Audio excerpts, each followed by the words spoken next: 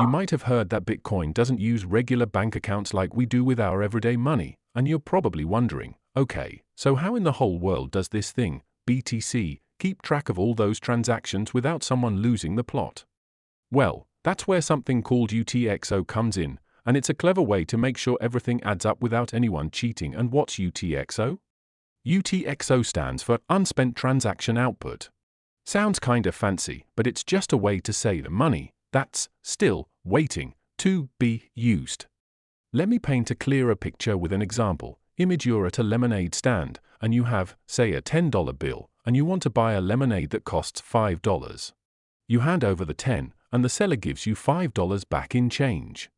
In Bitcoin terms, that $10 bill is like an UTXO, it's unspent. Listen, UTXO is unspent until you use it.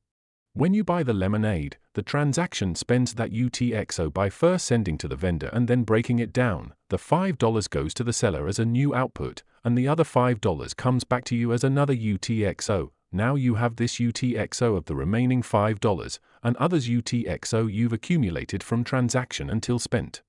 Spending in Bitcoin, it's not like your bank account where it just subtracts 5 from your balance and adds it to someone else's. Bitcoin treats every bit of money as its own separate thing, like individual puzzle pieces that fit together only when you use them. Of course, there are some downsides. Because of this technique of recording the transaction, it can use up more space on the blockchain because every transaction creates new outputs, even for change like 0.00000000 infinity of zeros plus a 1 at the back, a Satoshi. It's like leaving a trail of breadcrumbs everywhere you go, though that's good for security, but it means the blockchain grows bigger over time.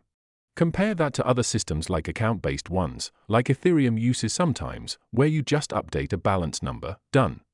But hey, for Bitcoin, the benefits outweigh the cons, especially for that rock-solid security.